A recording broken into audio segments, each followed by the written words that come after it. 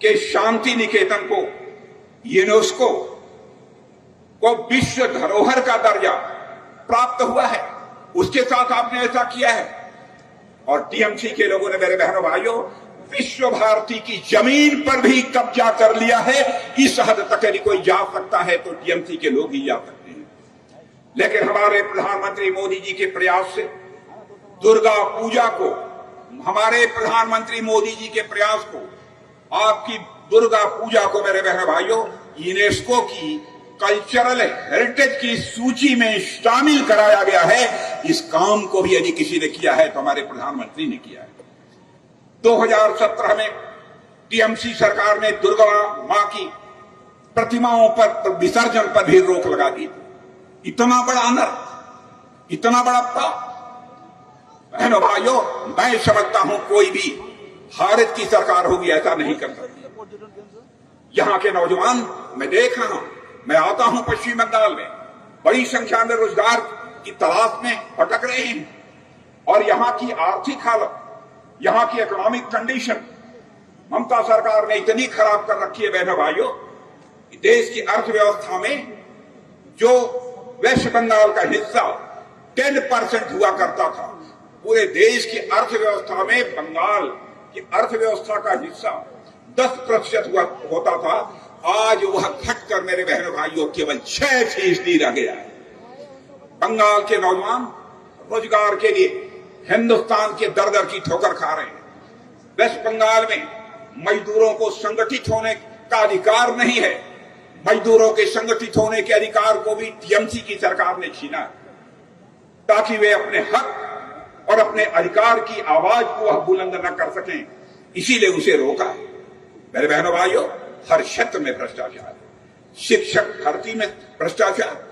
और आपको मालूम होगा, कोर्ट को एक बार कहना पड़ा, हेरा फेरी और धोखाधड़ी इस मामले में, शिक्षकों की भर्ती के मामले में।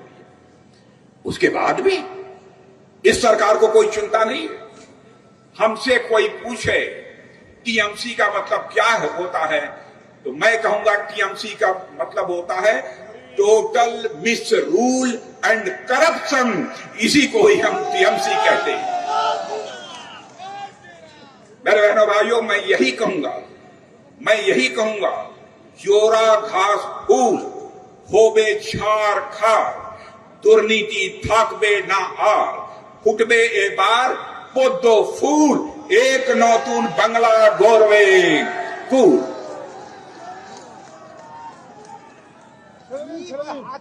मेरे बहनों भाइयों, एक बार क्या, इसी बार मैंने देखा जुडिशियल मजिस्ट्रेट्स को भी बंदी बना लिया।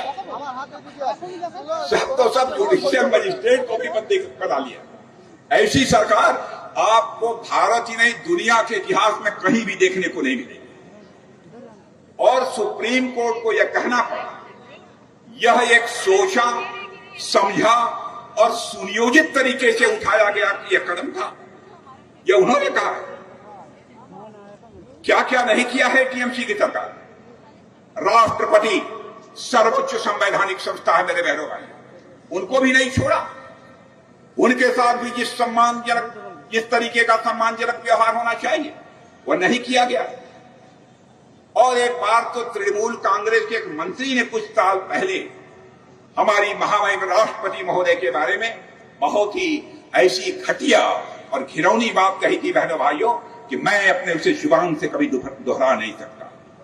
इसलिए कहता हूं, टीएमसी की सोच है वह आदिवासियों का अपमान और बराबर घुसपैठियों को यह बनाती है महान। आदिवासियों का अपमान और घुसपैठियों को बताए महान, ऐसी है टीएमसी यह सरकार। पिछले चुनाव में ममता दी अपनी ही सीट से हार गई थी। मैं समझता हूं कि बंगाल की जनता ने यह उनको चेतावनी दे दी थी, संभल जाइए। लेकिन अब उनको समझ लेना चाहिए, पिछली बार तो आप अपनी सीट हारी थी, लेकिन इस बार टीएमसी पूरे बंगाल से साफ होने जा रही है, क्योंकि आपके चुनाव में ही बंगाल की जनता ने आपको यह संदेश दे दिया। घुसपैठियों का जहां तक सवाल है, मैं जानता हूं, मैं कह सकता हूं विश्वास के साथ कि ममता दी घुसपैठियों को रोकना नहीं चाहती। उनको अपना वोट बैंक समझती हैं। और कुछ घुसपैठियों को रोकने के लिए, जो मैं गृह मंत्री था उस समय भी हमने जमीन मांगी थी, कहा तो था कि दे देंगे, नहीं दी गई।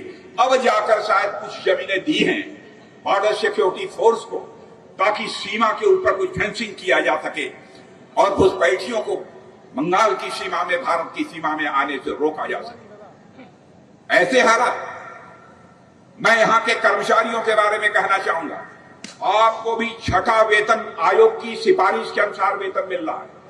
मैं यहाँ के राज्य सरकार के कर्मचारियों के बारे में कहना चाहता हूं, अभी आपको 6th पे कमीशन, छठा वेतन आयोग की सिफारिश पर आपको के अनुसार आपको वेतन दिया जा रहा है, जबकि पूरे देश में 7th पे कमीशन के आधार पर कर्मचारियों को वेतन दिया जा रहा है।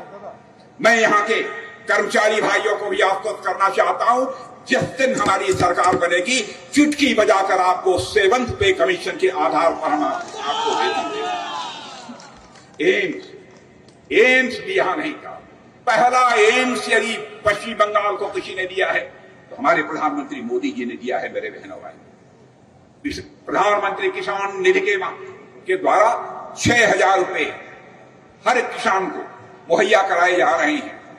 और इतना ही नहीं, विकास कार्यों के लिए मैं चर्चा करूं, एक लंबी फहरिस्त है कि कितना हमारी सरकार ने यहां काम किया है। आपको जानकर आश्चर्य होगा कि 2014 से 2025 11 वर्षों के बीच 2300 किलोमीटर से अधिक नेशनल हाईवे का निर्माण आजाद भारत के इतिहास में पश्चिम बंगाल में किसी ने किया है तो आपके प्रधानमंत्री नरेंद्र जी मोदी ने किया है। मेरे पहली बार भारत में अंडर वाटर मेट्रो कहीं नहीं है, अंडर वाटर मेट्रो कहीं नहीं है, जल के भीतर मेट्रो चलती है। यदि है तो हमारे प्रधानमंत्री ने सभी राज्यों की अपेक्षा प्राथमिकता यदि किसी राज्य को दी है, इस वेस्ट बंगाल को दिया है। बहनों भाइयों, मैं कह सकता हूं केवल बीजेपी है जिस बी का मतलब होता है भरोसा, जे का मतलब होता है जनसेवा और पी का मतलब होता है प्रोग्रेस। वेस्ट बंगाल की प्रोग्रेस यदि कोई पार्टी कर सकती है तो भारतीय जनता पार्टी कर। और मेरे बहने भाइयों, आपको जानकर खुशी होगी, अंतर्राष्ट्रीय जगत में, सारी दुनिया में भारत की प्रतिष्ठा बढ़ रही है, भारत की इज्जत बढ़ रही है। पहले अंतर्राष्ट्रीय मंचों पर भारत कुछ बोलता था तो लोग कहते थे भारत बोल रहा है, क्या सुना जाए, यह कमजोर देश है। लेकिन आज अंतर्राष्ट्रीय जगत में जो भारत की प्रतिष्ठा बढ़ी है, आज भारत यदि अंतर्राष्ट्रीय मंचों पर कुछ बोलता है तो दुनिया कान खोलकर सुनती है भारत बोल क्या रहा है। यह भारत की हैसियत सारी दुनिया में बढ़ी।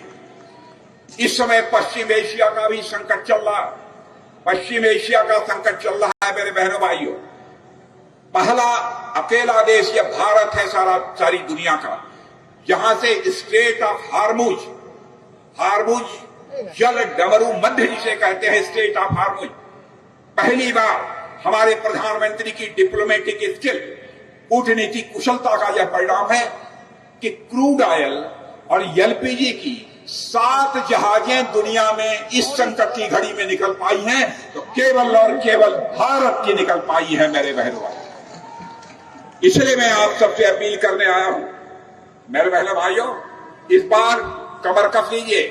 क्यों मैं नहीं कह रहा हूं, भारत ही नहीं बल्कि अन्य स्थानों से आने वाली सर्वे एजेंसियां भी अब यह मान चुकी हैं कि बंगाल की धरती से टीएमसी जा रही है और भारतीय जनता पार्टी आ रही है। इन्हीं शब्दों के साथ आप सबको धन्यवाद देते हुए अपना निवेदन समाप्त करता हूं। बोलिए भारत माता की, भारत माता की।